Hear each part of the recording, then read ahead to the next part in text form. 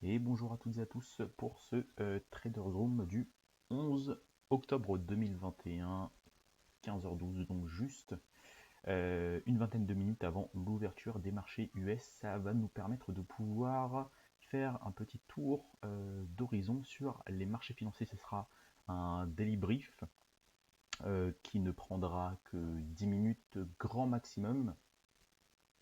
Et commençons tout de suite donc avec le DXY, donc le dollar US, qui est toujours dans une configuration de retournement aussi, en tout cas ici en vue daily.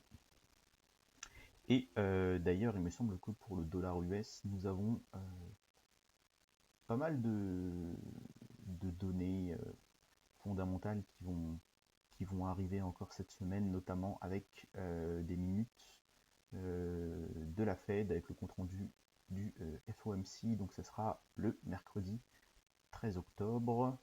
Nous avons également les stocks de pétrole brut et par rapport à d'autres données du calendrier économique, nous avons tout ce qui concerne les ventes au détail et samedi 16 octobre, il y aura un discours de Christine Lagarde, présidente de la BCE. Donc, globalement, ça sera une semaine quand même assez mouvementée. Ah, d'ailleurs, j'avais oublié ici l'IPC, donc l'inflation aux US mensuelle du mois de septembre.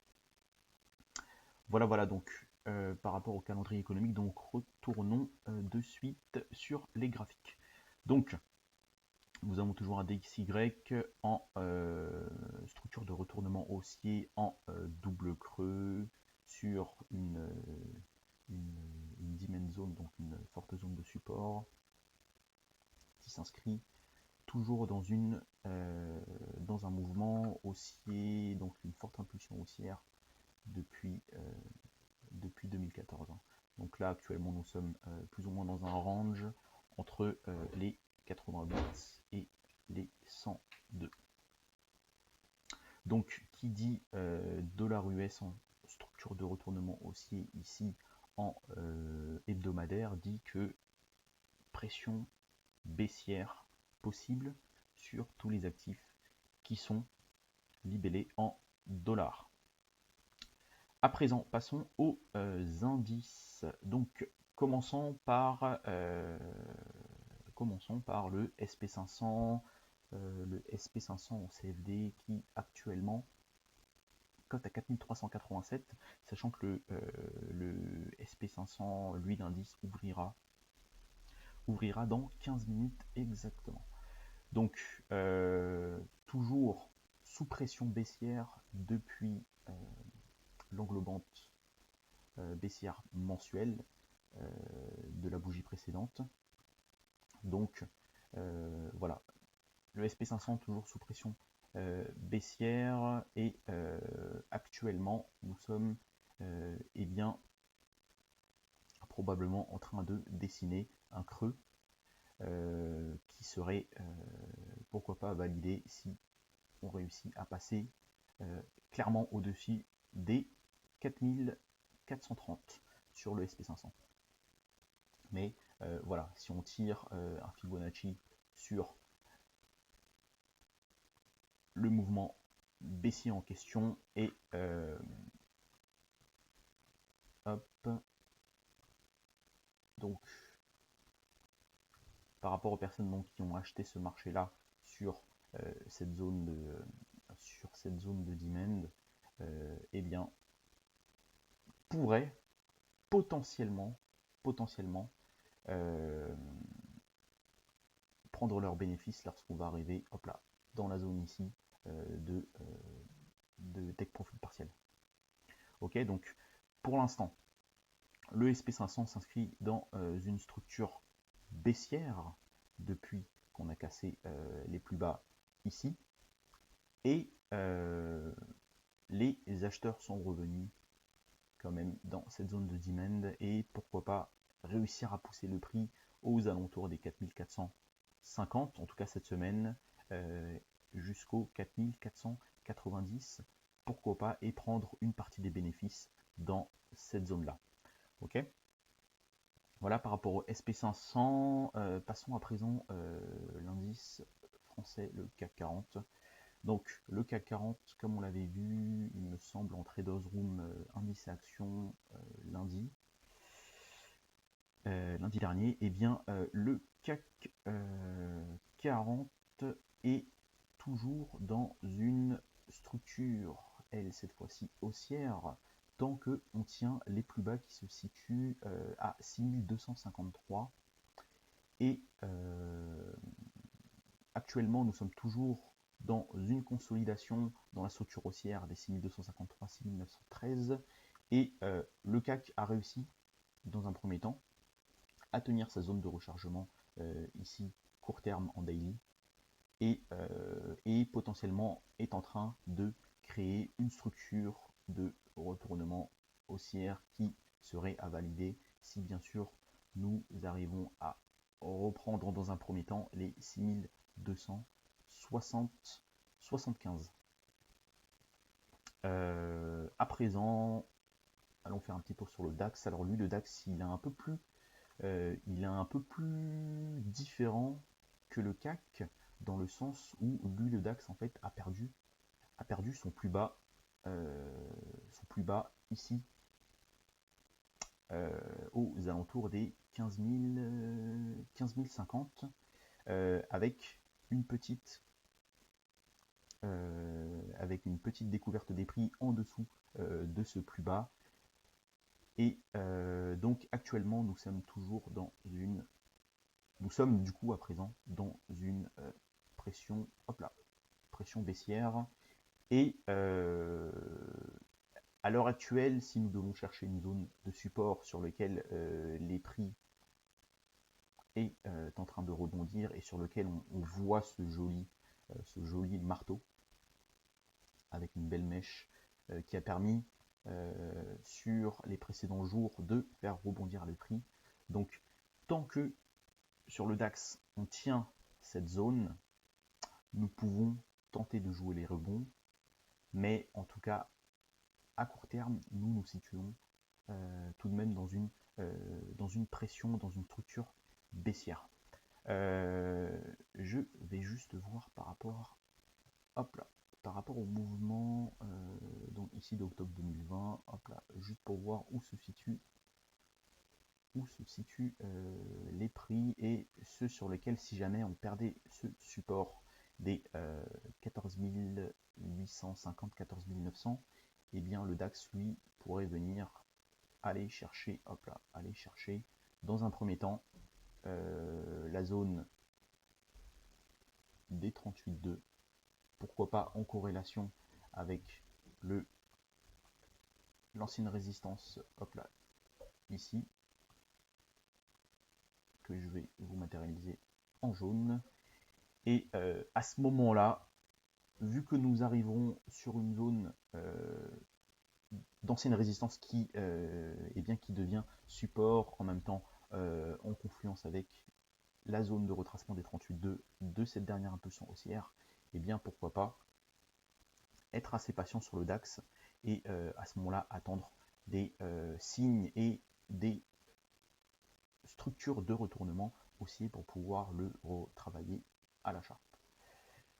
Maintenant, passons donc aux crypto-monnaies et regardons directement le total market cap et qui à l'heure actuelle en fait est en train de travailler son précédent plus haut qui se situe à 2,43 milliards de dollars de capitalisation. Donc tant que nous nous situons en dessous, il est possible en tout cas que des vendeurs se mettent à réagir dessous. Donc il faut tout de même rester vigilant dans un premier temps sur les altcoins, même si on peut voir que lui, le Bitcoin, donc je crois que la dominance aujourd'hui du Bitcoin, Hop là, on va regarder ça tout de suite. Donc le Bitcoin a une dominance de 45,7% sur le marché total des crypto-monnaies. Donc pour l'instant, le Bitcoin prend quasiment le lead. Donc voilà, on a réussi à casser le précédent, hop là, le précédent plus haut ici avec ce dernier creux. Donc à court terme, nous sommes dans une impulsion haussière, mais ceci ne veut pas dire que tout de suite et maintenant, il faudrait rentrer en position. L'idéal ici, c'est eh bien d'attendre qu'on forme un sommet, et à ce moment-là, lorsqu'on revient sur des zones intéressantes, pourquoi pas sur le repli de cette oblique, ou pourquoi pas sur lorsque bien sûr on aura dessiné un sommet, retravailler cette fois-ci une zone d'investissement dans les 61,8 et 78,6 pour pouvoir accompagner, probablement si le marché nous le donne, un futur ATH sur le BTC dans les prochaines semaines qui suivent. Mais en tout cas là, à court terme, ça m'étonnerait pas que le Bitcoin retrace légèrement, pourquoi pas retester son oblique sur lequel elle vient de casser, et à ce moment-là retravailler et accompagner une prochaine impulsion. Hop là, je vais juste regarder par rapport à la bougie weekly qui s'était clôturée du coup à 2h du matin. Eh bien c'est joli parce que hop là, c'est joli parce que nous avons, hop là, si j'arrive à supprimer ça, voilà, nous avons une très belle bougie vraiment de cassure. Et est-ce que ça a été confirmé avec des volumes? Effectivement, oui, ça a été confirmé avec des volumes. Ici, vous pouvez le voir avec l'histogramme. Et d'un point de vue du momentum, alors actuellement, le momentum est aussi, vu qu'on a réussi à casser le dernier plus haut ici. Maintenant, il faudrait que, bien sûr, sur cette bougie, pardon, sur cette barre d'histogramme là, le momentum continue à monter. D'un point de vue, hop là, journalier, effectivement, d'un point de vue du momentum, on est bullish parce que nous avons eu, hop là, ici une divergence qui s'est confirmée avec le cross bullish ici. Et hop là, je vais regarder rapidement maintenant en intraday par rapport à tout ça. Hop là, le momentum est toujours haussier sur le BTC. Donc là tout de suite maintenant, ça ne m'étonnerait pas, voilà, que le BTC lui pourrait potentiellement aller chercher le haut, mais comme je vous le dis, en tout cas moi personnellement, je rentre pas en position tout de suite et maintenant. J'attendrai potentiellement un retour sur mes zones d'investissement. Alors, par rapport à l'Ethereum, et on va clôturer dessus. Donc, l'Ethereum également pareil, nous nous situons là à l'heure actuelle, toujours à l'intérieur de cette pression baissière, tant qu'on repasse pas au-dessus du dernier plus haut qui est ici. Donc par rapport à ce mouvement baissier là, nous constatons que nous revenons dans une zone de take profit partielle par rapport à ce mouvement de short. Donc il est possible que que l'Ethereum revienne retester sa neckline ici pour pourquoi pas après commencer à travailler une position acheteuse par la suite. Ok, bien entendu, si le BTC lui continue son ascension. Voilà, donc j'en ai terminé pour ce brief de la Trader Zoom de ce jour. Comme d'habitude, voilà, vous pouvez nous rejoindre et participer à l'aventure en étant un Smart Investor grâce au programme de formation Foxy qui vous permet de pouvoir maîtriser les bases des marchés financiers sur les 6 grandes thématiques. Vous aurez donc du coup accès à 6 cours d'un peu plus d'une quarantaine de vidéos. Voilà, je vous montre ici sous les yeux, mais également tout ce qui est replay des Traders Room, des étudiants également. Voilà, donc voilà, si vous souhaitez participer et être parmi nous, eh bien nous vous accueillerons avec plaisir. N'hésitez pas également à nous suivre sur les réseaux sociaux, que ce soit sur Instagram, Golden Foxy Group, sur Facebook, Golden Foxy Group, mais également sur YouTube, sur lequel voilà, nous postons de temps en temps des plans d'investissement et qui sont bien sûr à titre informatique et pédagogique, qui ne sont absolument pas des conseils financiers. Donc voilà, nous nous quittons dessus et je vous dis à demain pour le prochain Traders Room.